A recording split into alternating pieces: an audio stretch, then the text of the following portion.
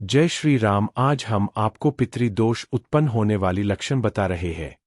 पितृदोष होने पर क्या क्या परेशानियां और हानियां होती है।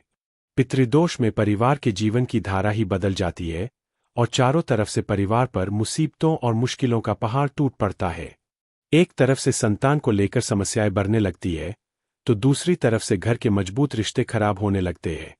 घर में बीमारियों पर धन खर्च अचानक से बढ़ने लगता है और काम काज या नौकरी या व्यापार में रफ्तार धीरे धीरे कम होने लगती है और कर्ज का मीटर तेजी से बढ़ने लगता है।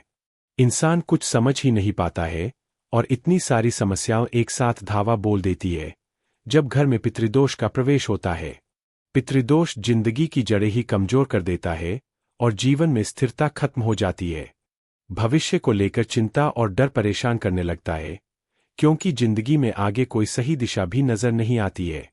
इस कारण इंसान का मन हमेशा पीड़ित और चिंतित रहने लगता है और धन कमाने के सोर्स लगातार घटते जाते हैं और कर्ज बढ़ते चला जाता है, जिस कारण घर के सदस्यों में आपस में ही मनमुटाव और लड़ाई झगड़े होने लगते हैं।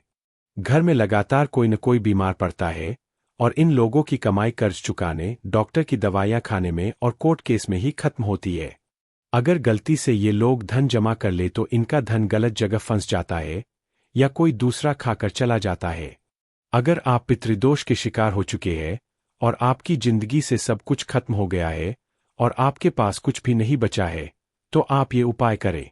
सबसे पहले अपने जितने भी खून के रिश्ते हैं उन सभी रिश्तों को सामने से पहल कर आप खुद सुधारें। इसमें ये न देखें कि गलतियां किसकी है, कौन सही है और कौन गलत। अगर आपको अपनी जिंदगी में अच्छे बदलाव लाने हैं, आपके परिवार को पितृदोष के दंश से मुक्ति दिलाने की इच्छा है तो बिना शर्त अपने से घर के बड़े सदस्यों से माफी मांगे और चाहे गलती आपकी नहीं है फिर भी आप उन्हें क्षमा करें और आगे बढ़कर बातचीत शुरू करें। अगर आप अपने ही भाइयों से, अपने सगे चाचा भतीजा से रुपए पैसे या भूमि या संपत्ति विवाद में लड़ते झगड़ते हैं, एक दूसरे के ऊपर कोर्ट में केस लड़ रहे हैं या उनकी कमियां और दोष निकालते हैं, दूसरों के सामने अपने ही सगे खून के रिश्तों की अगर आप रोज बुराई करते हैं, निंदा करते, उन्हें भला बुरा कहते हैं, तो ऐसा करके आप खुद न सिर्फ अपनी बल्कि अपने परिवार की बर्बादी की कहानी लिख रहे हैं, ऐसा समझ सकते हैं। क्योंकि आपकी ये आदतें आपको पितृदोष में डालने का काम करती है और जब पितृदोष घर में आता है तब जिंदगी की जड़ें हिल जाती है और ये सिलसिला लगातार ऐसे ही आगे बढ़ते चले जाता है। इसलिए अपनी की गलतियों को सहन करना और माफ करना सीखिए। क्या लेकर आए थे जो अपने ही सगे खून के रिश्तों से लड़कर झगड़कर आप उनसे लेना चाहते हो और मरने के बाद अपने साथ लेकर जाना चाहते हो।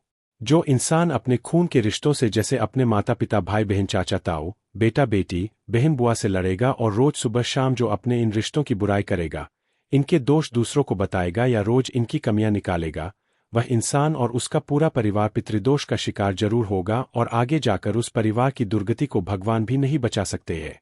चाहे आप लाख पूजा पाठ कर लो, चाहे आप दिन रात भक्ति कर लो, परंतु आपके मन में अगर अपने परिवार वालों के लिए गुस्सा है, नफरत है या आपके मन में उनके लिए बदले की भावना है तो ये चीजें आपको ही जलाकर राख कर देती है।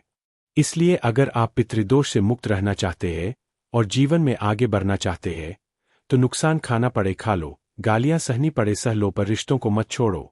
आज भले आपको नुकसान होता दिखाई दे मगर रिश्ते संभाल लिए तो कल 1000 गुना लाभ भी मिलता है। इसलिए बाकी सब उपाय बाद में करें, पहले अपने बीवी बच्चों से, अपने माता पिता, भाई बहनों से अपने संबंधों को मजबूत बनाए और अगर इनमें दूरियां हैं तो ये आपकी जिम्मेदारी है उन दूरियों को मिटाने की। रिश्ता की दूरियां मिट जाने से पितृदोष भी मिट जाता है। पितृदोष का मूल उद्देश्य ही यह होता है कि वह आपको अपने ही परिवार के खिलाफ करता है। आपको अपने माता पिता, भाई बहन, पत्नी या बच्चे गलत नजर आने लग जाते हैं, इसमें दोष किसका है?